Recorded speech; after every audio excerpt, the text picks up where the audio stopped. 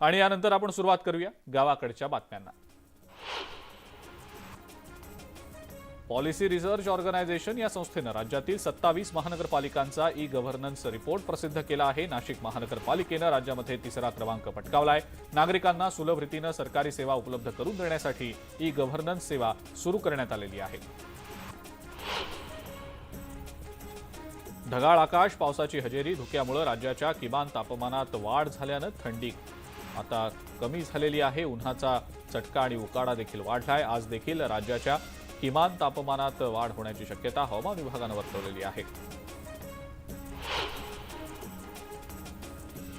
नंदुरबारमधल्या कृषी उत्पन्न बाजार समितीमध्ये झालेल्या बैठकीत पपईच्या दरावर तोडगा काढण्यात आलाय। पपईची दरवाढ करत प्रति किलो 11 रुपयाचा दर देण्याचं निश्चित करण्यात आल्यामुळे पपई उत्पादक शेतकऱ्यांना मोठा दिलासा मिळालाय।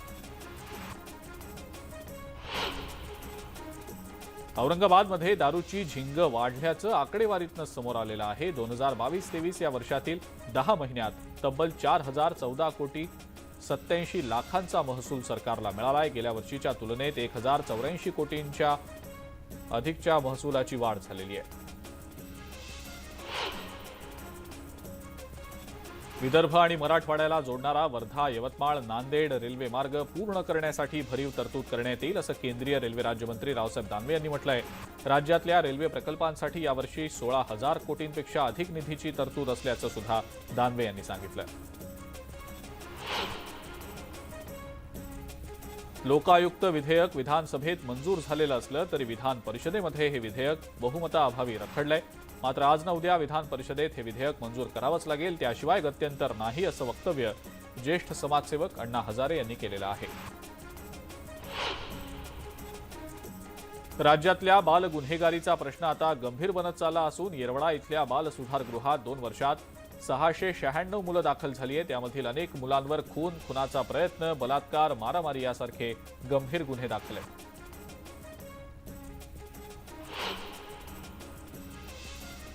स्वातंत्र्य सैनिकांप्रमाणेच महाराष्ट्र कर्नाटक सीमा आंदोलनातल्या हुतात्म्यांच्या वारसांना मिळणाऱ्या निवृत्ती वेतनामध्ये वाढ करण्याचा निर्णय राज्य सरकारनं घेतलाय।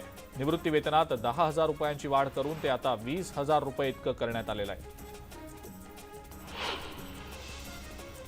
कोल्हापुरातल्या शिवाजी विद्यापीठाच्या आजच्या सगळ्या परीक्षा रद्द करण्यात आलेल्या आहेत। कर्मचाऱ्यांच्या आंदोलनामुळे परीक्षा रद्द करण्यात आल्या आहेत। आपल्या विविध मागण्यांसाठी कर्मचाऱ्यांनी परीक्षेवर बहिष्कार टाकलाय।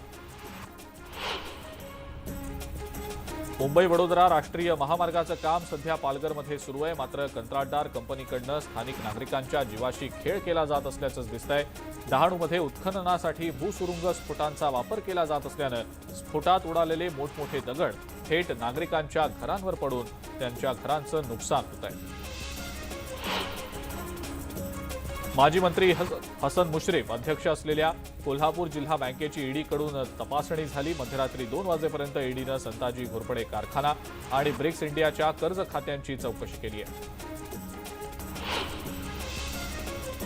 विरोधी पक्षनेते अजित पवार आज पुणे आणि पिंपरी चिंचवडच्या दौऱ्यावर आहेत। पुण्यातील कसबा पेठ आणि चिंचवड विधानसभा पोटनिवडणुकीच्या बाबतीत अजित पवार भूमिका स्पष्ट करण्याची शक्यता आहे।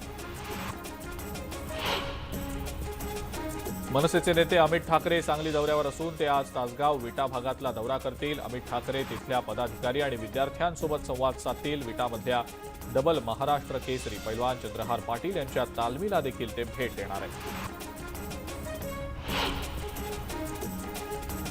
आमदार बच्चू कडू सोलापूर दौऱ्यावर आहेत आणि या दौऱ्यादरम्यान बच्चू कडू दुपारी 4 वाजता पत्रकार परिषद घेणार आहेत। मुख्यमंत्री एकनाथ शिंदे आज जालना दौऱ्यावर आहेत। जालन्यातल्या वाटूर इथं श्री श्री रविशंकर यांच्या उपस्थितीत होणाऱ्या शेतकरी मेळाव्याला मुख्यमंत्री उपस्थित असतील।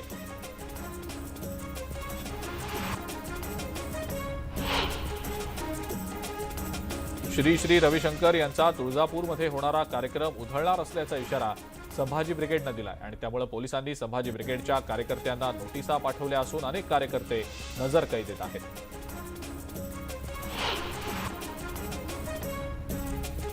अनुदानाशिवाय संकल्पाकडे नेणारा हा अर्थसंकल्प आहे असं मत अनिल बोंडे यांनी व्यक्त केलंय। या अर्थसंकल्पात पर्यटन आणि मूलभूत सुविधा, पंतप्रधान आवास योजना यावर भर देण्यात आलाय। भारतीय नागरिकांना सशक्त आणि समृद्ध बनवणारा हा अर्थसंकल्प असल्याचंही त्यांनी म्हटलंय। लोकसभा आणि काही राज्याच्या निवडणुका डोळ्यासमोर ठेवून हे बजेट मांडण्यात आलं असून यामध्ये कर्नाटकला अधिक निधी तर महाराष्ट्राला काहीच दिलेलं नसल्याचा आरोप विश्वजित कदम यांनी केलाय। सिंधुदुर्गातल्या भराडी देवी यात्रेच्या दरम्यान भाजपनं जाहीर सभेचं आयोजन केलेलं आहे। ही सभा ऐतिहासिक बनवण्यासाठी भाजपकडून जोरदार प्रयत्न सुरू आहेत। सभेला 50,000 पेक्षा जास्त लोक हजर राहण्याची शक्यता आहे। नंदुरबार जिल्ह्यातल्या नवापूरमधील महिला बचत गटाच्या रणरागिणींनी गावातील हातभट्टी आणि दारू बनवण्याचा साहित्य जमा करत ग्रामपंचायत कार्यालयासमोर त्याची होळी केली आहे। हातभट्ट्या बंद करण्यासाठी या महिलांनी पुढाकार घेतलाय।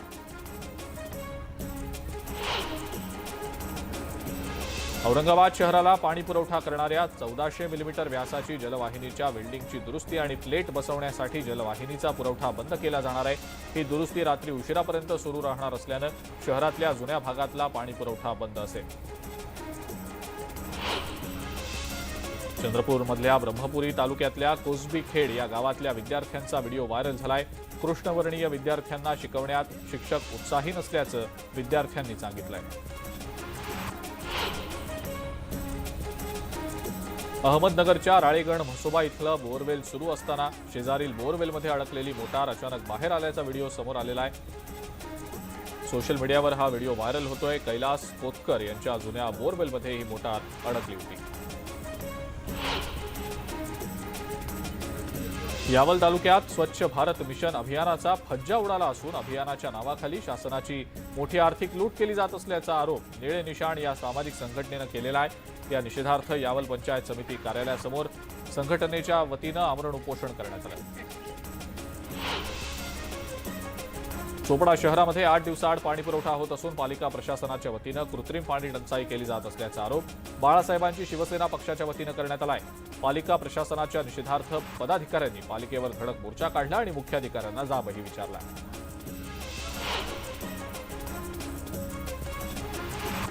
सांगोला तालुक्यातल्या टोल नाक्यावर नागरिक आणि पोलिसांदरम्यान बाचाबाची झालेली आहे। अनकढाल इथल्या टोल नाक्यावर 15 किलोमीटर अंतरातील नागरिकांना टोल माफी देण्याच्या मागणीसाठी नागरिकांनी रास्ता रोको केला।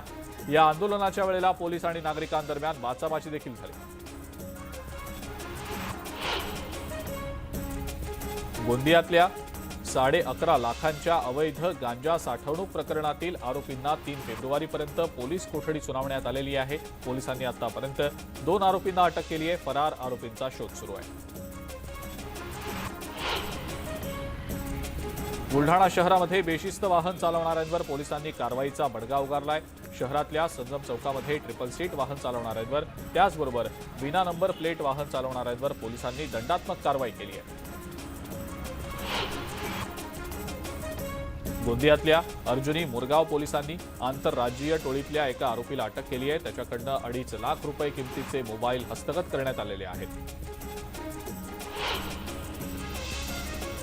पेण खोपोली मार्गावर कार चालकाला डुलकी लागल्यामुळे अपघात होऊन कार थेट नदीत पडली। या अपघातात 4 जण गंभीर जखमी झाले। त्यांच्यावर सध्या उपचार सुरू आहेत। मद्यधुंद अवस्थेतल्या 22 वर्षीय तरुणानं विष प्राशन केल्यामुळे त्याचा मृत्यू झाल्याची घटना पनवेलमधल्या धोदाणीमध्ये घडली आहे। या तरुणाला उलट्यांचा त्रास सुरू झाल्यामुळे त्याला रुग्णालयात दाखल करण्यात आलेलं होतं, मात्र उपचारादरम्यान त्याचा मृत्यू झालाय। कार आणि दुचाकीच्या भीषण अपघातामध्ये 3 तरुण ठार झाल्याची धक्कादायक घटना बीडच्या माजलगावमधल्या शिंदेवाडी फाट्याजवळ घडली आहे। मृत तिघेही मजूर असून काम संपल्यानंतर ते दुचाकीवरनं घरी परतत होते। गरोदर महिलांना प्राथमिक आरोग्य केंद्रामध्ये घेऊन जात असताना एका रुग्णवाहिकेचा अपघात झाला। सुदैवाने यामध्ये जीवितहानी झालेली नाही, पण गरोदर महिला जखमी झाल्या। वाशिम ते मालेगाव दरम्यानच्या अकोला हैदराबाद या महामार्गावरच्या एका टँकरनं 2 वाहनांना धडक दिली। यामध्ये 1 जण जखमी झालाय। अकोल्यातल्या बाळापूर तालुक्यातल्या सातरगाव शेत शिवारामध्ये 4 एकरातली तुरीची गंजी जाळून टाकल्याची घटना समोर आलेली आहे। ही आग कोण लावतंय याचा तपास करण्यात यावा आणि योग्य ती कारवाई करण्याची मागणी आता केली जाते।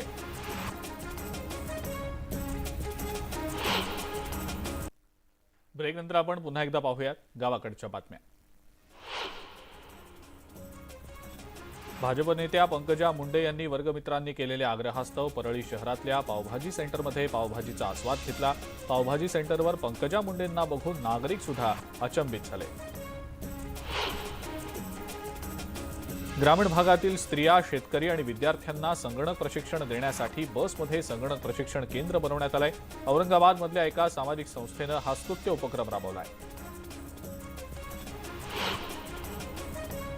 परभणी येथे 11वं अखिल भारतीय वारकरी साहित्य संमेलन 5 फेब्रुवारीला आयोजित करण्यात आलेलं होतं, पण मुख्यमंत्र्यांची वेळ न मिळाल्यानं साहित्य संमेलन 12, 13 आणि 14 फेब्रुवारीला होणार असल्याची माहिती आयोजकांनी पत्रकार परिषद घेऊन दिलेली आहे। पौष्टिक तृणधान्यामध्ये केलेल्या कार्याबद्दल शहापूरमधल्या शेतकऱ्यांचा मुख्यमंत्री एकनाथ शिंदे यांच्या हस्ते सत्कार करण्यात आला। सोनू बांगरा, जाणू कांबडी आणि पद्माकर वाघ यांचा मंत्रालयात सत्कार करण्यात आला। गेल्या वर्षभरामध्ये बुलढाणाकरांनी वाहनाच्या व्हीआयपी नंबर प्लेटसाठी तब्बल 1.25 कोटी रुपये आरटीओ विभागाला भरलेले आहेत। गेल्या वर्षभरामध्ये तब्बल 1313 वाहनांसाठी ग्राहकांनी व्हीआयपी नंबरची मागणी केली आहे।